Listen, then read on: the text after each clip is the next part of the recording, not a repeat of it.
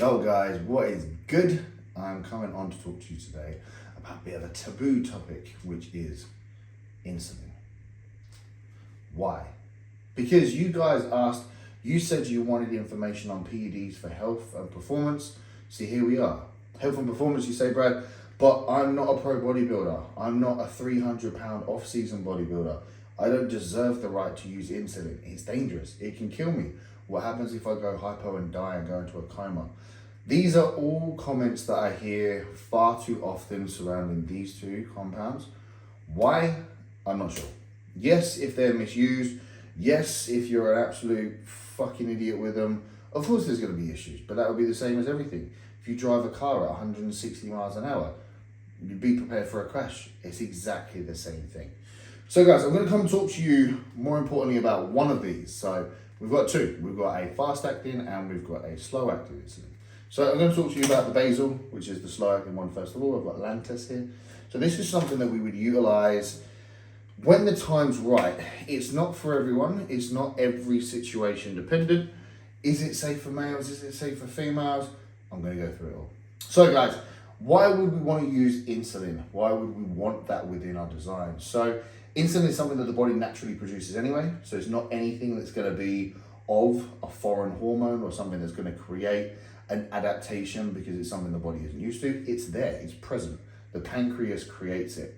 Now, it's utilized for nutrient uptake, for managing the glucose and carbohydrates that we eat on a day-to-day basis. So why would we not want to increase the level of performance in which the body naturally already does? So also, from a bodybuilder perspective, we require physical demand from our body. We require physical stress from our body to adapt and process what we do from a day-to-day basis. Now, we don't eat a normal amount of food for most people, whether that's male or female. When we're growing, when we're training, we force our bodies to do things that, quote unquote, put it under a lot of stress and, quote unquote, are quite unhealthy.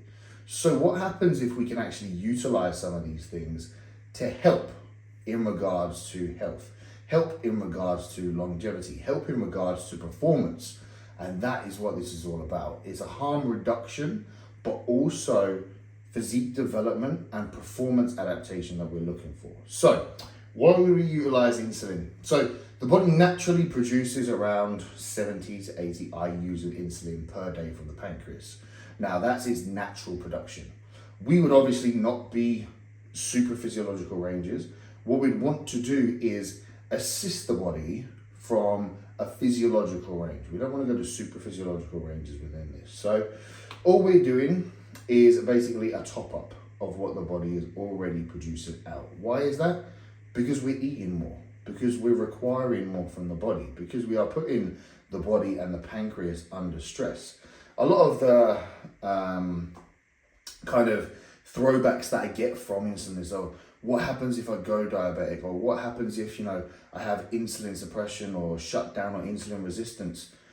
What we have to remember is what we're doing to our bodies from a training perspective is running the risk of that.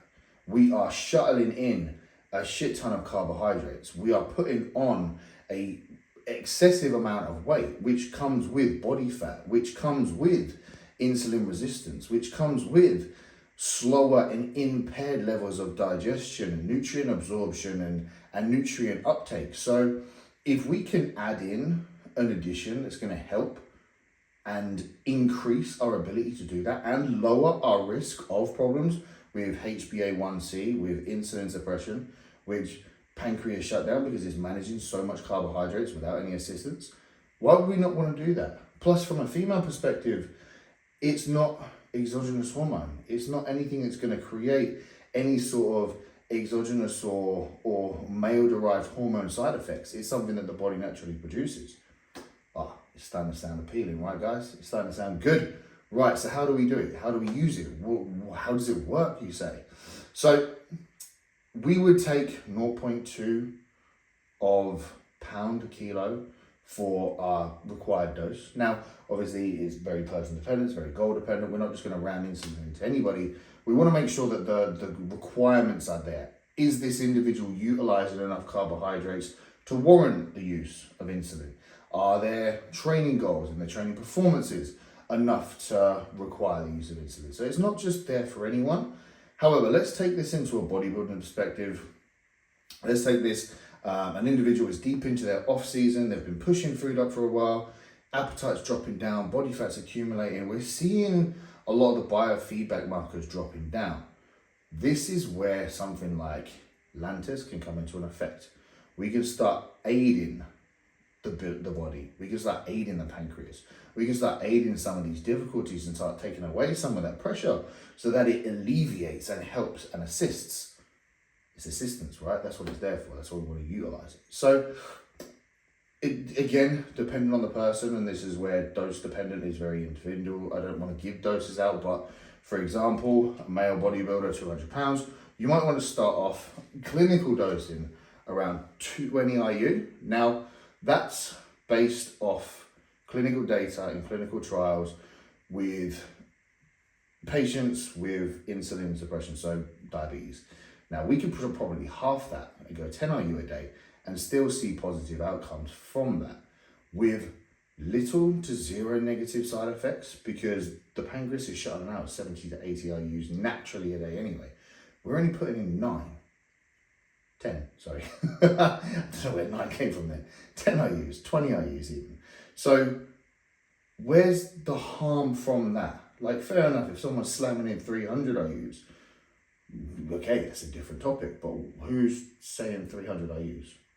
Now, what about overdosing, you say? What about going hypo? What about going into a coma? What about death? Now, there has been studies, there has been cases in which people have tried to inject Lantus as a suicide attempt, and they've taken 3 whole pens. We're talking 900 IU without any negative or without any death. So, I mean, for you to inject 3 pens of this, we can figure it out. We're taking 20 IU, there's 300 in this 1 pen. So again, it's something that comes with very, very low risk. Even if you're trying to be negative with it, it comes with very low risk. So guys, that's one thing that we can use in regards to a training performance perspective, in regards to PEDs. It's something that's going to aid us, it's going to help us, it's very, very low risk. And it's something that's going to, again, for a female perspective, be utilized very, very easily and a very effective tool with very, very minimal risk to virilization.